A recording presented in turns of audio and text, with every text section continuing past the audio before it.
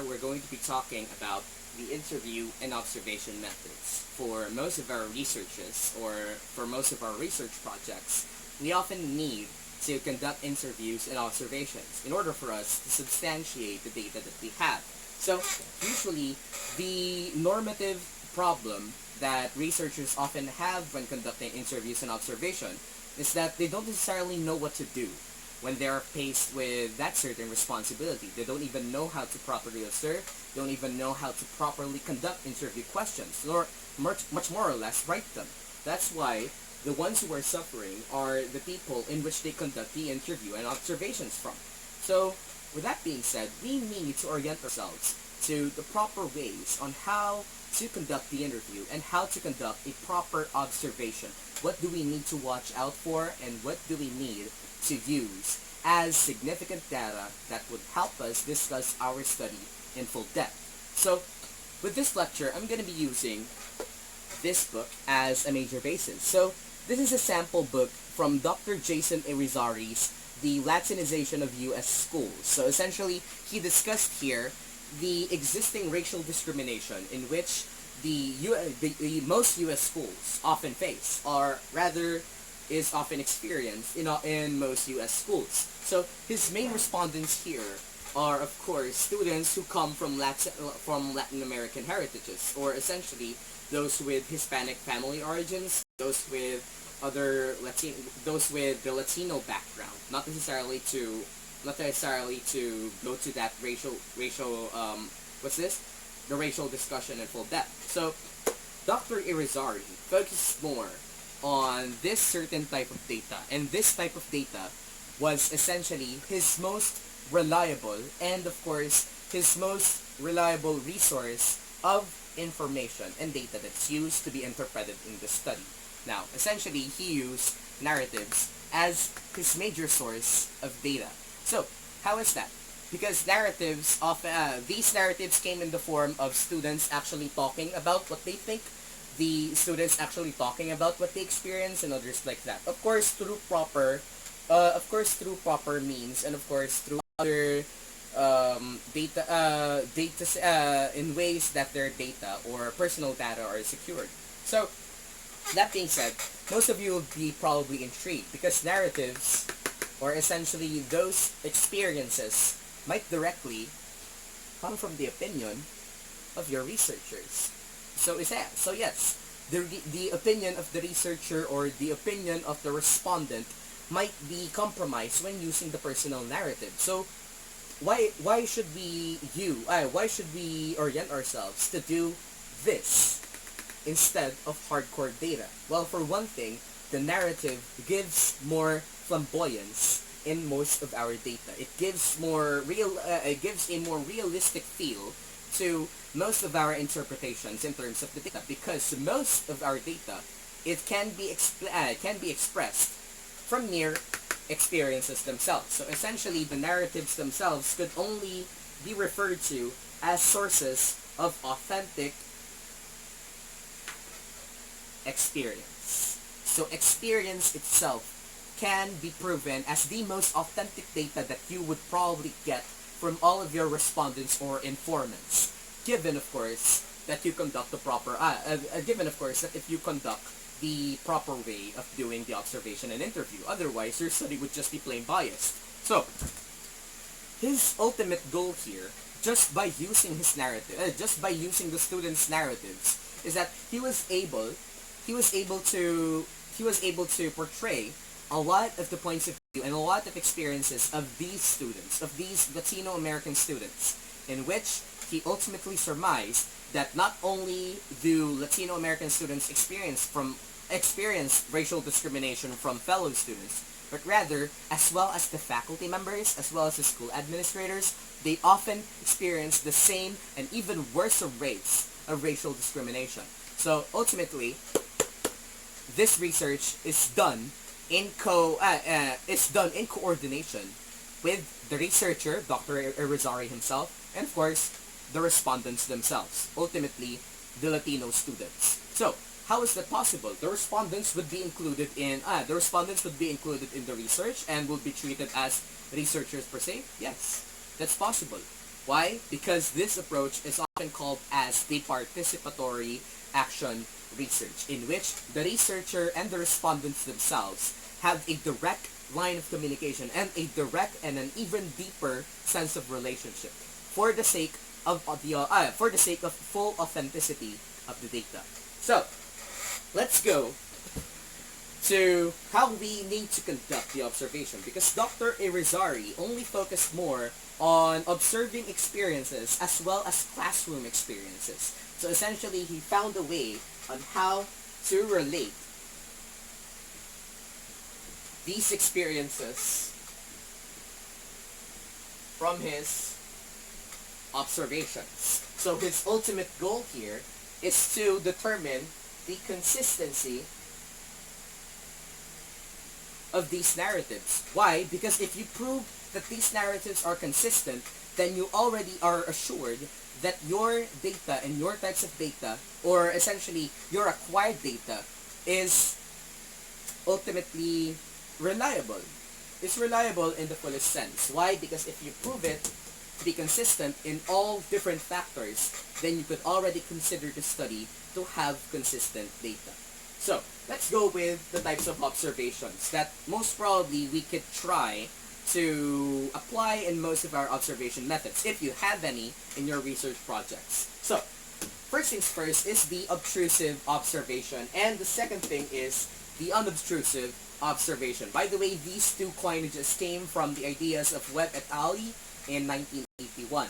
So, from this study, it only focuses more on the major differences in terms of influence. Influence coming directly from the researcher itself. So the researcher might have a direct influence in either one of these types of observations. And the other thing is just necessarily the most authentic form, in which the researcher does not necessarily have to be that much influential. So let's first go to the obtrusive observation. So the obtrusive observation is where the researcher is fully influential in terms of the data gathering process. So, like for example, if we are to conduct a data gathering, or let's say a survey questionnaire answering, or let's say a raise of hands for an immediate count of the poll, that's already obtrusive observation. Why? Because the researcher himself or herself is actually conducting the attitudes of the respondents and the informants. So, when it is done like that, then fully, the researchers become influential. The researcher dictates the attitudes and behaviors of their respondents or informants. Why? Because the respondents and informants are fully aware that there is currently a research conduct or a research process that they are currently participating into. Which is, by the way, not necessarily the point of conducting observations. Why? Because as much as possible, we need to convince these students or these participants of the research, or your respondents or your informants, that they have no awareness whatsoever.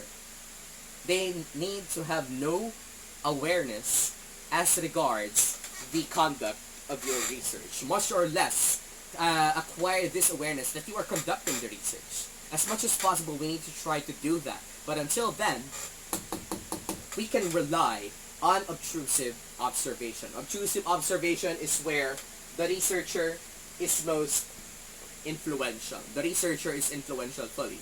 Now, the second type of observation is where the researcher is ultimately absent. Or essentially, the researcher does not necessarily have to do any type of intervention for the respondent to project themselves as sources of data, which is, of course, the idea of unobtrusive observation. This, by far, is the approach of Dr. Irizarry. Why?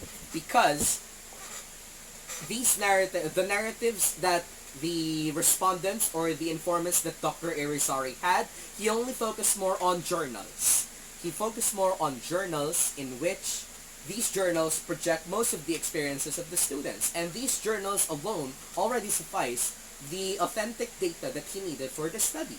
So these journals were very closely read they were very closely read in order for Dr. Irizarry to somehow get the main point on what are the major similarities and what are the major differences. And if so, if there are major differences, what certain factors or what certain scenarios did these students come into? And mind you, he had a very wide range of respondents. He had Latin American students, he had a mix of Latin American, he had a mix of Latin American and white, he had a mix of Latin American and the blacks, and others like that. So, essentially, we could try, or essentially we could aspire to use unobtrusive observation in most of our studies. Why? Because this is where we get the less influence from the researchers, and that is good. Why?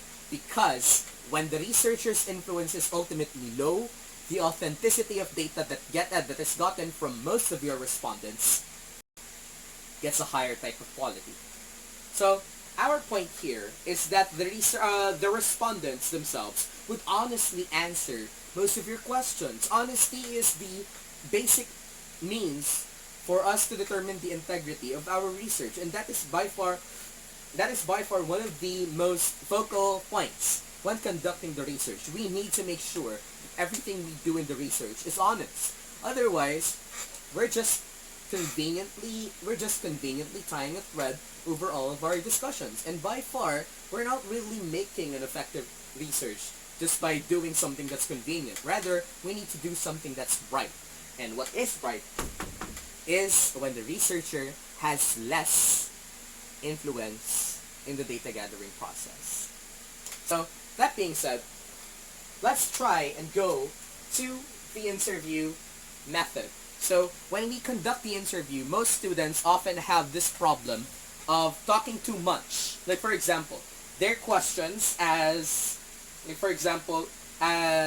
presented by most of the recipients or most respondents who are being interviewed, they often complain. Why? Because the researchers often have interview questionnaires which the questions are too long to answer, or essentially the questions are too incomprehensible. It uses a lot of jargons. It uses a lot of technical terms in which the general or the layman folk, whom are the recipients of the research questionnaires, might have trouble understanding. So what we need to do when conducting the interview is to remember to always highlight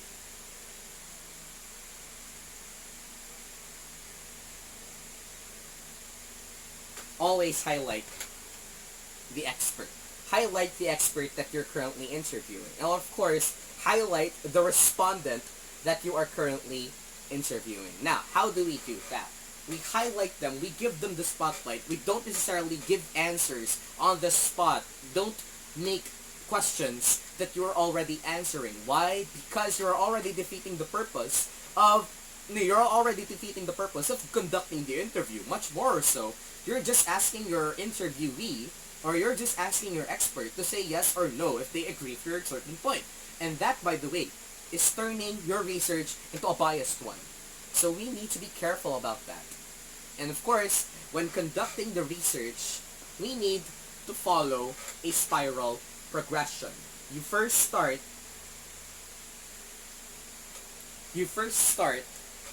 with general questions, background questions. You start with the background questions, and after that, you go deeper into the thought in order for you to go through more specific and more sophisticated types of explanations that comes from the interviewees themselves, that comes from the interviewers themselves. So, when conducting spiral progression, essentially what we want to do is to start from general concepts to specific concepts in which you want the respondents to answer honestly. By the way, you don't have to make a certain script, or you don't necessarily have to provide your interviewees with suggested answers. Don't ever do that. Why? Because you are tampering with the authenticity of your data. Do not tamper with your data. Always rely on what the interviewee is saying. What is your interviewing saying in real life? Which puts me in another point of view.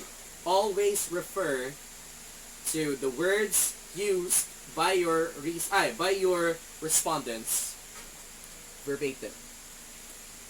Do not make an attempt to somehow change the context of their answers. Yes, you can conduct. Yes, you can conduct grammatical corrections or others like that. But when it comes to the thought, do not turn it into an interpretive. Do not turn it into an interpretative one. Why? Because that process alone already makes your research biased. So ultimately, in order for us to avoid having bias in conducting the interview, we need to mention the data, or we need to mention the words themselves verbatim. So, for verbatim, we take the words from the respondents or the informants themselves. We take their words to the letter. We take their words as it is. We might make slight additions in terms of grammar, but in terms of the content, we are not allowed to make any necessary changes, just for the sake of convenience of our research. So, ultimately, in summary of this lecture, we need to conduct proper conducts in order for us to successfully and efficiently practice our research processes. And with that being said, we have to continuously have more eyes looking in our conducts. That's where our group that's where our group mates come from. Most effectively, a researcher is more effective when he has a lot of researchers looking at him in order for him to be told what is right and what is wrong. What is he doing right and what is he doing wrong?